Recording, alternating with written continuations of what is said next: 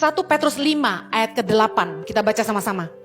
Sadarlah dan berjaga-jagalah, lawanmu si iblis berjalan keliling, sama seperti singa yang mengaum-ngaum dan mencari orang yang dapat ditelannya. Kalau orang Kristen santai, saya mau kasih tahu, iblis gak pernah santai. Anda bilang ini, Allah Bu Heni, iblis itu kalahnya pakai firman, kita tengking aja pakai ayat. Saya kasih tahu, kalau Anda jago teologia, iblis juga. Jangan bangga kalau tahu banyak firman Tuhan. Karena iblis justru ingat di padang gurun, mencobai Yesus justru dengan firman Tuhan yang diputar balikkan. Hati-hati jangan sampai kita putar balik firman Tuhan. Iblis selalu berusaha mendatangkan pencobaan dalam hidup kita untuk menjatuhkan anak-anak Tuhan khususnya. Tentu untuk membawa pasukan-pasukan untuk ikut dia ke neraka. Tapi dengar baik, iblis tidak bisa mencobai kita kalau kita belajar firman Tuhan dan mempraktekkannya dalam hidup kita. Menguasai keinginan dan hawa nafsu kita. Karena iblis mencobai manusia itu justru melalui keinginan hawa nafsu untuk membuat kita jatuh. Yakobus 1 ayat 13 sampai 15. Apabila seorang dicobai, janganlah ia berkata, pencobaan ini datang dari Allah. Sebab Allah tidak dapat dicobai oleh yang jahat dan ia sendiri tidak mencobai siapapun. Jadi kalau Anda ngalamin pencobaan jangan bilang, Tuhan kenapa cobai saya?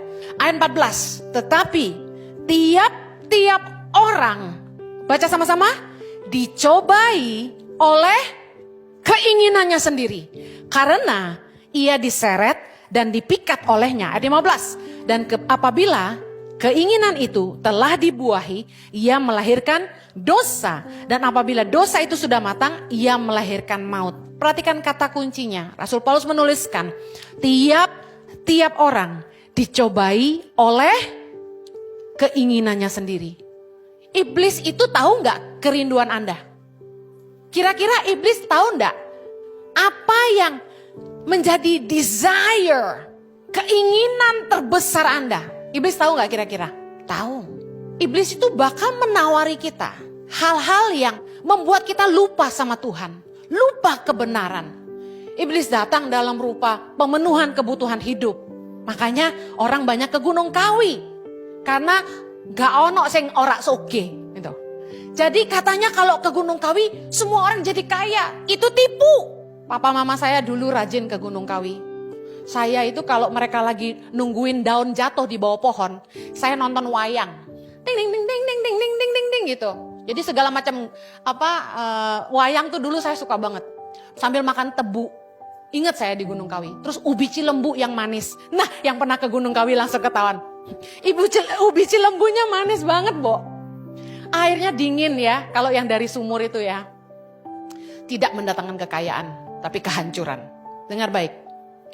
Orang yang tidak dapat mengendalikan jiwanya dan keinginan hawa nafsunya, ketika dicobai oleh si jahat, maka ia akan mudah jatuh ke dalam dosa.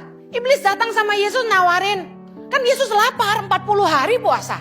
Ditawarin yang paling manusia butuhkan waktu lapar tuh apa? Makan. Ubah batu jadi roti. Kemudian iblis nawarin lagi apa? Ayo naik ke bubungan. Kalau kamu terjun, kamu gak akan jatuh kan? Ada malaikat datang kamu. Bicara soal pride. Kemudian bilang gini, tunjukkan seluruh pemandangan-pemandangan keindahan dunia. Kalau kamu sujud menyembah aku, semuanya ini jadi milikmu.